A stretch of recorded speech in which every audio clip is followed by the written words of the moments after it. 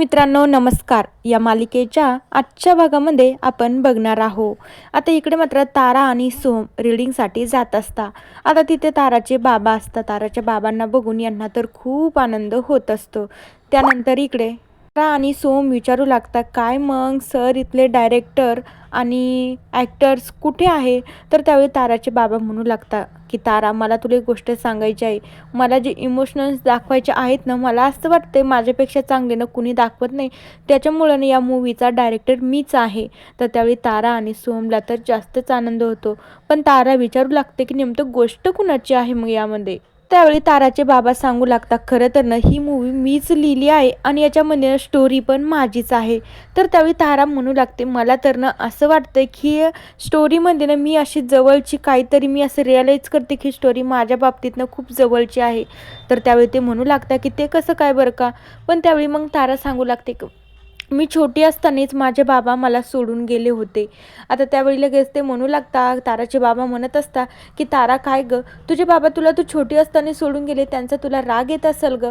पण त्यावेळी तारा म्हणू लागते की हो, मला अगोदर ना त्यांचा खूप राग यायचा की मी इतकी छोटी असताना माझ्या मम्माला ते सोडून गेले. पण त्यानंतर हळूहळू मला माझ्या मम्माचा स्वभाव कळायला लागला ना, त्यानंतर मग मला बाबाची ना काळजी वाटू लागली. मी ना आता त्यांना शोधते, मला जर ते मिळाले ना खरंच देव पावला असं वाटेल. त्यावेळी तारा म्हणू लागते, माझे बाबा मला भेटतील का नाही कायच माहिती. पण त्यावेळी ते ताराचे बाबा म्हणू लागतात, तू नको टेन्शन घेऊ, तुझ्या बाबांना तुला लवकरात लवकरच भेटून जातील. तर त्यावेळी मग ताराला तर खूप आनंद होत असतो आणि मग त्यानंतर त्यांचं ते रीडिंग सेशन चालू होतं. दुसरीकडे सारंग मात्र त्याच्या रूममध्ये अस्वस्थपणे फेऱ्या मारत असतो.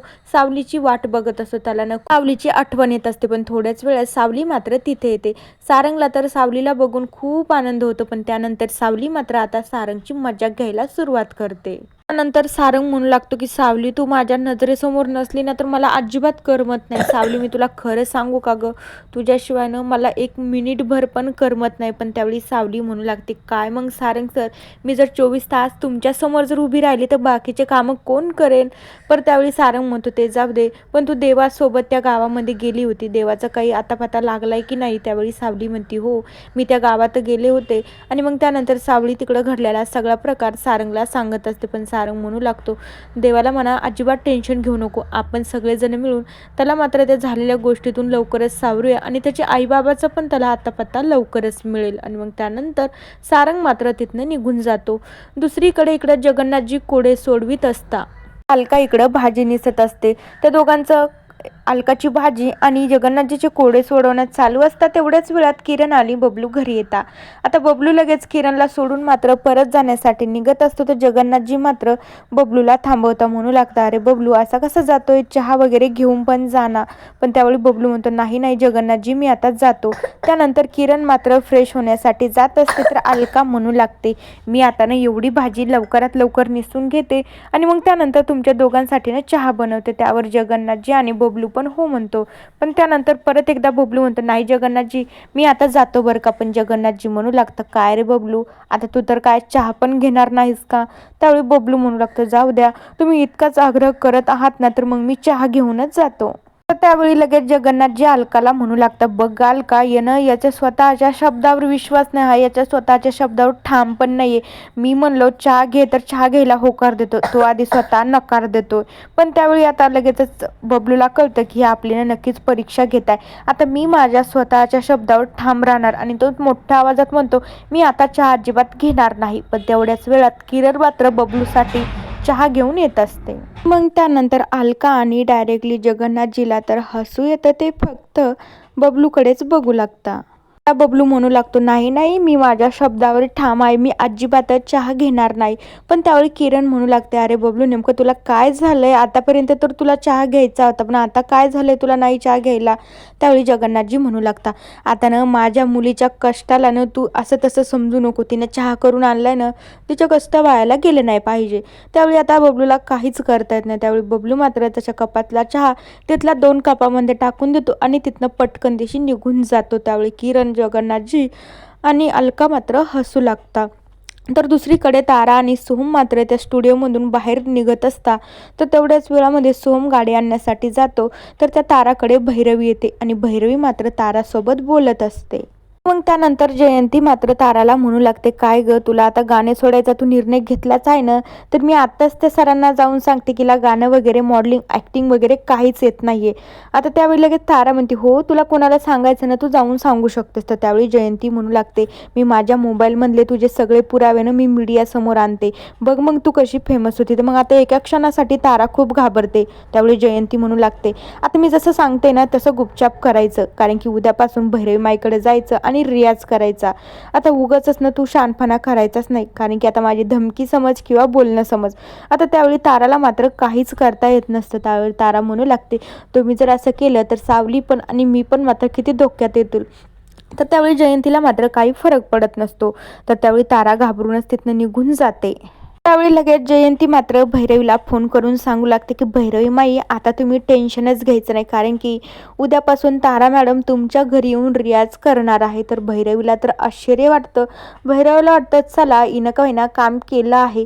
आणि मग त्यानंतर दुसरीकडे इकडं राजकुमारने सदाशिवला पकडलेलं असतं. राजकुमार त्याला तर खूप मारू लागतो. तर सदाशिव म्हणू लागतो, प्लीज मला तुम्ही मारू नका, मला माहिती आहे तुम्ही आतापर्यंत काय काय कामं केले आहेत.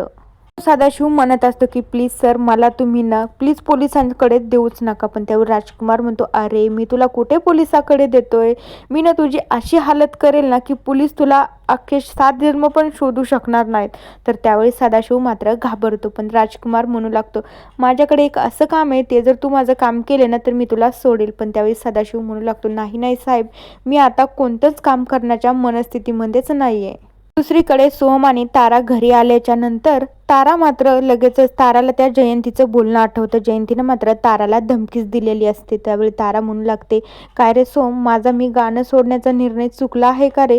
बघ ना रे चक तूही मात्र नाराज आहे, घरातले सगळे मेंबर त्यांनाही ही गोष्ट आवडलेली नाही. मला असं वाटतंय मी ना माझं गाणं आणि माझं तिकडचं करिअरनं दोन्ही मॅनेज करावं, बॅलन्स करावं. आता त्यावेळी सोम म्हणू लागतो, माझं तसं नाही तारा, तुला जी गोष्ट करायची ना तू ते कर, माझा ना तुला फुल सपोर्ट आहे. पण त्यावेळी तारा म्हणते, नाही नाही सोम, मी काय करते आता गाणं पण गाते आणि तिकडं माझी मॉडेलिंग वगैरे तिकडं अभिनय पण करते, कारण की दोन्ही गोष्टी मी व्यवस्थितपणे बॅलन्स करते. त्यावेळी आता सोहमला तर खूपच आनंद होत असतो. त्यानंतर सोहम मात्र ताराला आनंदातच मिठी मारतो. दुसरीकडे मात्र राजकुमारने समजून सांगितल्यावर तो सदाशिव ऐकत नसतो. पण त्यावेळी राजकुमार म्हणू लागतो, खरं तर ना हे काम 5 लाखाचं आहे. त्याच वेळामध्ये लगेच सदाशिव तयार होतो. म्हणू लागतो, साहेब तुम्ही काम तर सांगा, मला 5 लाखाची खूप गरज आहे, मी काम करतो ना. पण त्यावेळी राजकुमार म्हणू लागतो, हो तू काम नक्कीच करशील, पण तुला एका व्यक्तीला जाऊन भेटावं लागेल, तो व्यक्ती मात्र तुला सगळं काही डिटेलमध्ये सांगेन. तर त्यावेळी सदाशिव हो म्हणत असतो. दुसरीकडे भैरवी मात्र सावलीला फोन करते. म्हणू लागते, काय ग सावली, लेच निश्चिंतवाणी फिरते ना तू, आता बघ तुला उद्यापासून रियाजासाठी यावं लागेल आणि ताराही सोबत येणार झाली. तर त्यावेळी आता सावलीला आश्चर्य वाटतं. सावली म्हणू लागते की असं कसं भैरवी माहीत, तारा मॅडम कशा तयार झाल्या?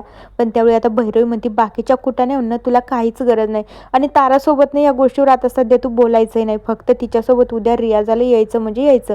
आणि मग भैरवी फोन ठेवून देते. आता सावली मात्र इकडं काळजीत पडते. सावली विचार करते की मला माझ्यासोबत भैरवी माई असं का बोलल्या असतील, आणि खरं तर टेन्शन या गोष्टीचं, आता मला उद्यापासून परत रियाजासाठी जावं लागेल, कसं सगळं काही हँडल होईल. आता सावली याच गोष्टीचा विचार करत असते. तर मित्रांनो, बघूया उद्याच्या भागात काय होतंय. तोपर्यंत या मालिकेच्या पुढील भागांच्या अपडेटसाठी आपल्या चॅनलला नक्की सबस्क्राईब करा. So bye.